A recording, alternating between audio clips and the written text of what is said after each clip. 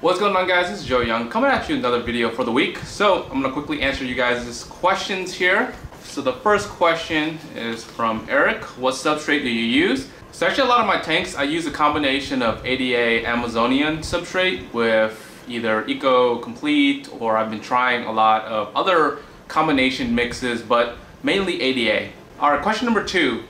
Smork asks, how often do I do my water changes in my Planet Reef tank? So for my Planet Reef tank, I do a bi-weekly water change. I find that you can kind of get away with a bi-weekly water change. It's actually beneficial for the plants to help kind of build up the nitrites in the system so that the plants can consume. I also don't have that much coral, so I don't really have to worry about the other elements in there. If you guys have SPS, other stuff like that, you guys might want to do a weekly water change, and it really just depends on how your system reacts and how the system behaves.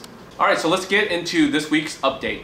So last week we gave you guys an update on the blue rack back there. Now this week we're going to be giving you guys an update on the green rack and how it's going. So the last update you guys seen on this rack here, we were trying to get some plants growing on that side, and as you can see, it's filling in nicely. This side, we had some dieback, and I'll explain why and what happened so far. So I'm going to give you guys a quick rundown on what's going on with this system. Alright, so let's start off on this side here. So this side has been doing the best in terms of growth. We had some dieback on this side. So these Liguigia red Pantanals, they'll die back if we don't get enough CO2. So if I don't refill my CO2 within literally the next day or 2 days, after 3 or 4 days, these guys will literally melt back and die pretty fast.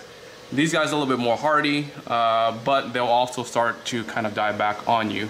So as you can see, we don't have that much swordtails in this rack. A lot of the little juveniles are still inside, yet to move into this rack system. I did end up losing a few swordtails due to an ick outbreak. It's under control now for the most part. I haven't seen any ick for the last 3 weeks or so. I've been still treating it just to kill anything that could possibly kind of linger on the substrate, but that has been taken care of, and that's why I haven't really moved the juveniles from inside out here yet, just to make sure that we don't have any ick introduced in this tank. So, and then this pleco here, what's in the other tank, kind of cleaning that tank, because remember I did a video in terms of like one side was like all algae. I put this guy in here and he cleaned it. This side started to have some algae. I didn't have a pleco in this tank. I moved him from that side to this side, and he just did a nice job cleaning it within like 2 days. So he'll be kind of like the guy that kind of hops from one end to the other just to clean the tanks as needed. All right, so let's move across here to the right side. If you guys look back at a couple videos, this was really bare. Like literally this side was nothing, that side was nothing, but as you can see, it's filling up really nicely. Monte Carlos is taking off. The Blixa, I don't know what's up with the Blixa. Normally the Blixa with CO2 takes off pretty crazily, but it hasn't. The Crip, sadly, a lot of it has died back. There's only a few left. A lot of it's been shaded here. But this side plant is just out of control. We got out of control here. So it's just super green. Trimming, guys, help me out here. Buy some of these. These are $1 a stem. Get rid of these guys. These guys are cheap too. I need your help in terms of just checking out Purely Aquatic, going in there and just buying some of these stems for me. There's just tons of them. They're just at a discount now. These guys are just too many of them. And in this tank still, these were supposed to be the male swordtails, and these were supposed to be the female swordtails with selective male swordtails. Again, treating that ick outbreak, I haven't really, focused on anything. There's a couple males in here, so eventually I will still need to move some of these males over here, and then the juveniles inside into this tank setup.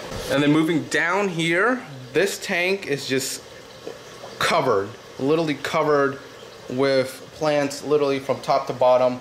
There's only one section in the back that isn't like covered because of the light here is only like, at a certain angle there, so the plants can only grow in this section, and all the rainbows are in the back there. So this is just ridiculous. This is crazy. All right, and this is the pleco tank here. I just moved the light from that side across here just so you guys can see. I normally don't keep light on here. It's just 'cause I'm not growing any plants, so not needed.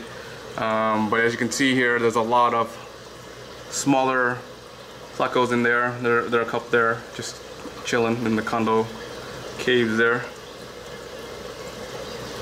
What I did was I added some more driftwood to the tank so that they can munch on, so they can grow. And this is why it's called the green rack, because I have a green liner or a green mat on the floor here, and you can see through it. It looks really nice. Yeah, so they're all hiding right now. Not really much going on there. All right, so this is my hospital tank or my quarantine tank for new fish. And as you can see, we have some new plecos here. We got some new fry from the rack system over there. They just got a water change, so they are looking really happy. So yeah, eventually, once these guys get a little bit bigger, they can go into the rack, or else they're gonna get stuck into the overflow box and just get stuck down there. That's gonna suck if that happens. All right, guys, and that is the update for the week. I hope you guys enjoyed this week's update.